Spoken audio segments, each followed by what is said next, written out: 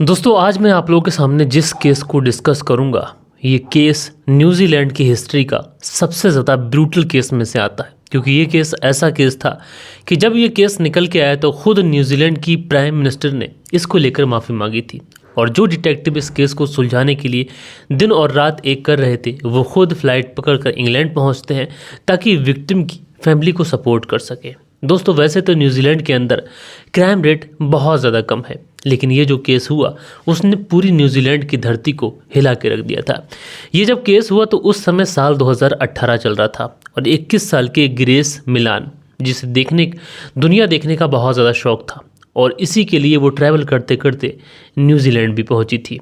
और दोस्तों आज के इस वीडियो में हम लोग इसी ग्रेस मिलानो के केस के बारे में डिस्कस करने जा रहे हैं। तो पूरा केस मैं आप लोगों को बहुत ही डिटेल में बताऊंगा, लेकिन दोस्तों अगर आप लोग इस चैनल पर पहली बार आए हैं तो आप लोग इस चैनल को सपोर्ट करें, अपना प्यार दिखाएं, सब्सक्राइब ज़रूर करें और बेल आइकन को भी प्रेस कर लें ताकि आने वाली हर वीडियो की नोटिफिकेशन आप लोग को रेगुलर बेसिस पे मिल सके। क्योंकि दोस्तों न्यूजीलैंड के अंदर जब इस केस को लेकर हलचल तेज़ थी तो न्यूजीलैंड जो कि एक क्राइम रेट में बहुत ज़्यादा लोएस्ट क्राइम रेट वाला देश माना जाता है और यहाँ पर हर जगह पर अप्रॉक्स बहुत सारे सीसीटीवी कैमरास देखने को मिलते हैं। और जब पुलिस इस पूरे केस को सुलझा रही थी तो पुलिस के पास में बहुत ज़्यादा सीसीटीवी कैमरास का डाटा मौजूद था, अप्रॉक्स 6 टेराबाइट। दोस्तों इस कहानी की शुरुआत होती है साल 2018 से। साल 2018 में ग्रेस की उम्र तकरीबन 21 साल के आसपास हो चुकी थी। ग्रेस ने अपना ग्रेजुएशन भी कंप्लीट कर लिया था। ग्रेस की पैदाइश इंग्लैंड के एक्सेस शहर में 2 दिसंबर साल 1996 को हुई थी। ग्रेस का बचपन से ही ये शौक था कि जब वो बड़ी हो जाएगी तो उसके बाद में वो दुनिया घूमेगी। इसीलिए वो जब बड़ी हुई और सब साल 2018 आते आते जब उसने अपना ग्रेजुएशन कंप्लीट कर लिया था तो बहुत समय से वो पैसे इकट्ठे कर रही थी ताकि वो देश और दुनिया में घूमने के लिए जा सके। इसीलिए ये अपने माता पिता से अक्टूबर साल 2018 में ये कहकर घूमने के लिए निकल जाती है। दोस्तों ग्रेस की फैमिली में ग्रेस के पिता डेविड, माँ जूलियन और 2 भाई माइकल और टेडन और साथ में छोटी बहन ग्रेस थी। यानी ग्रेस टोटल 3 भाई बहन थे, 2 भाई और 1 बहन। अब ग्रेस एक बहन थी 2 भाइयों के बीच में, तो इसको इसके फैमिली वाले बहुत ज़्यादा प्यार किया करते थे। और साल 2018 अक्टूबर के महीने में जब ग्रेस निकलती है तो इसका जो पहला डेस्टिनेशन था वो था साउथ अमेरिका। साउथ अमेरिका के अंदर तकरीबन ये 6 से 7 दिन के आसपास रुकती है और वहाँ के जितने भी फोटोग्राफ्स होते हैं ये अपनी फैमिली को भेजती है। उसके बाद में ये पेरू होकर निकलती है और वहाँ के रास्ते के जितने भी फोटोग्राफ्स होते हैं ये अपनी फैमिली को भेजती रहती है। कभी सोशल मीडिया पर भी पोस्ट करती और अक्सर ग्रेस के फैमिली वाले भी उसके फोटोग्राफ्स का वेट करते रहते कि ग्रेस कहाँ पहुँच गई है और कहाँ पर एंजॉय कर रही है। दोस्तों अगला जो ग्रेस का पड़ाव होने वाला था वो होने वाला था न्यूजीलैंड में और ग्रेस को न्यूजीलैंड के अंदर तकरीबन 3 हफ्ते के आसपास रुकना था। उसके बाद में ग्रेस जो थी वो लगभग 30 नवंबर साल 2018 को न्यूजीलैंड पहुंच जाती है और उसके बाद में ये वहाँ पर न्यूजीलैंड के अंदर एक होटल के अंदर स्टे करती है और वहीं पर इसकी टिंडर पर एक लड़के से मुलाकात होती है। इस लड़के का नाम होता है जेसी कैप्टन। अब ग्रेस की मुलाकात जब जेसी कैप्टन के साथ में टिंडर पर होती है तो दोनों बातचीत करना शुरू कर देते हैं। हाय हेलो होता है और धीरे धीरे ये जो हाय हेलो था दोस्ती में बदल जाता है। ग्रेस जो थी वो जेसी कैप्टन से कहती है क्या तुम मुझे न्यूजीलैंड घुमाओगे? तो जेसी कैप्टन कहता है कि न्यूजीलैंड में तुम्हें घुमाने के लिए ही बना हूँ, ये समझ लीजिए। अब जेसी कैप्टन और जो ग्रेस थी इन दोनों के बीच में दोस्ती बहुत ज़्यादा बढ़ जाती है। उसके बाद में 1 दिसंबर को ग्रेस जो थी वो जेसी कैप्टन से मिलने के लिए निकलती है एंड उसके बाद में ये लोग एक होटल पहुंचते हैं और वहाँ पर जो सीसीटीवी फुटेज थे उनमें एक दूसरे के साथ में इन्हें हग करते हुए और किस करते हुए देखा जा सकता है। उसके बाद में ये लोग वहाँ से निकलते हैं और उसके बाद में एक बार पहुँचते हैं और वहाँ से ये एक फ़ोटो क्लिक कर एक क्रिसमस ट्री का ये अपनी फैमिली को भी भेजती है और अपनी एक दोस्त अमीना जो होती है उसको भी भेजती है। और दोस्तों ग्रेस की फैमिली वालों को ये नहीं पता था कि ये ग्रेस का लास्ट मैसेज है, क्योंकि ग्रेस कहीं ऐसी जगह जाने वाली है जिसकी वजह से शायद उनका कांटेक्ट अब कभी ग्रेस से ना हो पाए। इसलिए दोस्तों फैमिली वाले भी जो ग्रेस थे उसके फ़ोटोज़ का लगातार इंतज़ार करते थे, क्योंकि ग्रेस हर पल की अपडेट उन्हें दिया करती थी। न्यूजीलैंड काफ़ी अच्छी जगह है ये वो अपनी फैमिली वालों को लगातार बता रही थी। उसके बाद में एक तारीख आ जाती है 2 दिसंबर और दोस्तों 2 दिसंबर जाने से पहले ग्रेस जेसी कैप्टन के साथ में ब्लू स्टोन रूम भी गई थी और वहाँ से ये लोग एक बार में गए थे और उसके बाद से इन दोनों को देखा नहीं गया।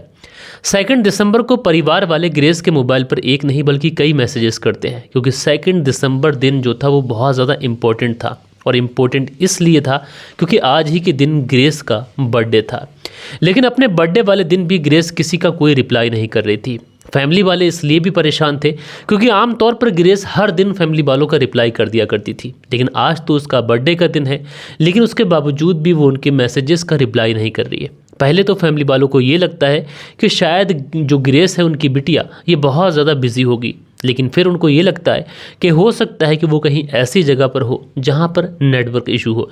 लेकिन जब अगले दिन तक कोई भी रिस्पॉन्स नहीं आता है मैसेजेस का, तो दोस्तों 2 दिसंबर से 5 दिसंबर तक ये परिवार वाले वेट करते हैं और उसके बाद में 5 दिसंबर को जो ग्रेस के माता पिता थे ये ऑकलैंड की पुलिस को अपनी बेटी की मिसिंग कंप्लेंट दर्ज कराते हैं और वो कहते हैं कि हमारी बेटी के साथ में कनेक्शन टूट गया है, आप प्लीज़ जैसे भी कर हमारी बिटिया ग्रेस को ढूंढ दीजिए। अब दोस्तों जैसे ही ग्रेस के माता पिता ने कॉन्टैक्ट किया था ऑकलैंड की पुलिस के साथ में, ऑकलैंड की पुलिस सबसे पहले उस होटल में जहां पर वो रुकी हुई थी वहां से कांटेक्ट करती है और कांटेक्ट करने के बाद में पहुंचती है कि एक लड़की यहां पर रुकी हुई थी जिसका नाम ग्रेस था, उम्र तकरीबन 21 साल के आसपास थी। उसकी फ़ोटोग्राफ्स वगैरह दिखाई जाती है होटल में। तो होटल वाले कहते हैं कि जो ग्रेस थी ये तकरीबन 1 दिसंबर को हमारे यहाँ से निकली थी, लेकिन उसके बाद में इसने होटल के अंदर चेक इन नहीं किया। हालांकि उसका जो सामान है ये अभी भी होटल के अंदर ही पड़ा हुआ था। लिहाजा उसके बाद में पुलिस वाले जो थे, अब चूंकि पुलिस वालों के लिए ज़्यादा मुश्किल ये नहीं था क्योंकि होटल से निकलने के बाद में हर जगह पर सीसीटीवी कैमरास मौजूद थे, तो ग्रेस कहाँ गई थी, किसके साथ गई थी, ये सारा डाटा पुलिस को कुछ ही मिनटों के बाद में मिलने वाला था। आखिरकार पुलिस जब पता लगाती है तो पता चलता है कि ग्रेस जो है वो किसी जेसी कैप्सन नाम के व्यक्ति के साथ में मिली थी। लिहाजा पुलिस उसकी सारी फुटेज निकालती है और जेसी कैप्सन को पुलिस थाने बुलाया जाता है। जेसी कैप्सन को पुलिस थाने जब बुलाया जाता है तो जेसी कैप्सन पुलिस से यही कहता है कि हमारी जो डेट थी ये बहुत अच्छी रही, हम दोनों की मुलाकात टिंडर पे हुई थी और हम दोनों एक दूसरे से बेइंतहा मोहब्बत भी करने लगे थे। लेकिन 1 दिसंबर को रात के तकरीबन 10 बजे के आसपास हम लोग अपने अपने रूम पर एक दूसरे को बाय बोलकर निकल गए थे। अगले दिन भी हम लोग मिलने वाले थे, लेकिन उसके बाद से इसी जो ग्रेस थी इसका कोई भी पता नहीं चला। लिहाजा जो पुलिस थी जेसी कैप्सन को जाने देती है। लेकिन इस पूरे केस के अंदर ट्विस्ट जब आने वाला था जब पुलिस जेसी के अगेंस्ट इन्वेस्टिगेशन करे। लिहाजा पुलिस जो थी जेसी कैप्सन के लिए जो इसके बारे में जानकारी जुटाना चालू करती है और जब जेसी कैप्सन के बारे में पता किया जाता है तो पता ये चलता है कि जेसी कैप्सन का जन्म वेलिंगटन के अंदर हुआ था और जेसी कैप्सन की उम्र तकरीबन 26 साल के आसपास है। जेसी के जानने वाले बताते हैं कि जेसी बहुत ज़्यादा झूठ बोलता है। उसने कुछ लोगों से पैसे ये कहकर उधार लिए थे कि वो कैंसर का पेशेंट है और कुछ ही दिनों में मरने वाला है, और जिस मकान में वो किराए पर रहता था उसने अपने लैंडलॉर्ड से ये बोला था कि उसका जो सिलेक्शन है ये सॉफ्ट वॉल में हो गया है और जैसे ही एडवांस में पैसा आएगा तो तुमको दे दूंगा। और जब लैंडलॉर्ड को काफ़ी समय तक पैसा नहीं मिलता है तो वो सॉफ्ट वॉल के मैनेजर से कॉन्टैक्ट करता है और वहाँ से इस जैसी के बारे में पूरी चीज़ें पता चलती हैं। लिहाजा पुलिस को जैसी के ऊपर पहले ही शक था, इसलिए पुलिस जो थी वो जैसी के खिलाफ अब और भी ज़्यादा पुख्ता तरीके से छानबीन शुरू करती है और पुलिस को ये पता चलता है कि जैसी जो है वो इस ग्रेस के साथ में मिला था और मिलने के बाद में इन दोनों ने एक दूसरे को बाय नहीं बोला था, बल्कि जेसी कैप्सन ग्रेस को अपने होटल में लेके गया था। एंड उसके बाद में उसके होटल में उस कमरे में जाने से पहले जो लिफ्ट थी उसके फोटोज देखे जाते हैं, तो वहाँ पर सीसीटीवी फुटेज में ग्रेस और ये जो जेसी कैप्सन था इनको देखा जा सकता था। एंड उसके बाद में ये दोनों जाते तो साथ में हैं, लेकिन वापस सिर्फ और सिर्फ जेसी कैप्सन ही आता है। एंड उसके बाद में वो एक शॉपिंग मॉल में पहुंचता है और वहाँ से वो 2 बड़े बैग और कुछ क्लीनिंग का सामान खरीदता है। एंड उसके बाद में वो एक कार रेंटल कंपनी में जाता है एंड वहाँ से एक कार रेंट पर लेता है। एंड उसके बाद में वापस से वो अपने रूम पर चला जाता है। एंड उसके बाद में वापस निकलता है और वहाँ पर वो एक लड़की से सीसीटीवी कैमरा में बात करता हुआ दिखाई पड़ता है। हालांकि उस लड़की ने बाद में बताया था कि जेसी कैप्सन उससे बहुत ज़्यादा वियर्ड और क्रीपी बातें कर रहा था, वो किसी डेड बॉडी की बात कर रहा था, इसलिए उस लड़की ने उसके साथ में कार में बैठने से ही मना कर दिया और आइंदा से ज़िंदगी में उससे कभी मुलाकात नहीं करेगी। इस तरीके की चीज़ें उसने अपने दिल में ठान ली थी और उसके बाद से उस लड़की ने उससे कभी मुलाकात नहीं की।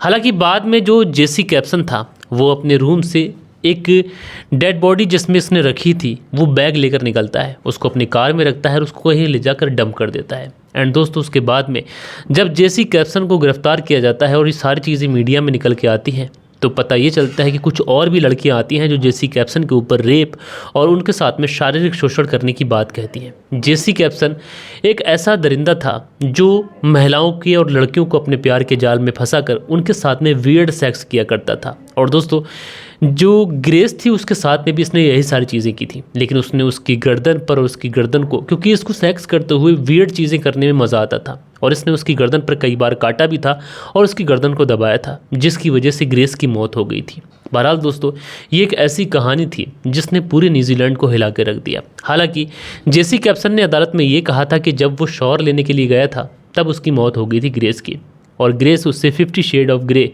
उस मूवी की बातें कर रही थी, उसमें वियर्ड सेक्स की बातें कर रही थी, जबकि उसकी जो डेथ हुई है उससे मेरा कोई लेना देना नहीं है। लेकिन दोस्तों, पुलिस ने ये प्रूव कर दिया कि जो जेसी कैप्सन है ये अदालत के सामने झूठ बोल रहा है, और उसके बाद में इसको बिना पैरोल बली 17 साल की कठोर कारावास की सज़ा सुनाई जाती है। बहरहाल दोस्तों, ये थी ऐसी कहानी जो अगर सीसीटीवी कैमरास में कैद ना होती तो शायद इस कहानी का खुलासा कर पाना बड़ा मुश्किल था।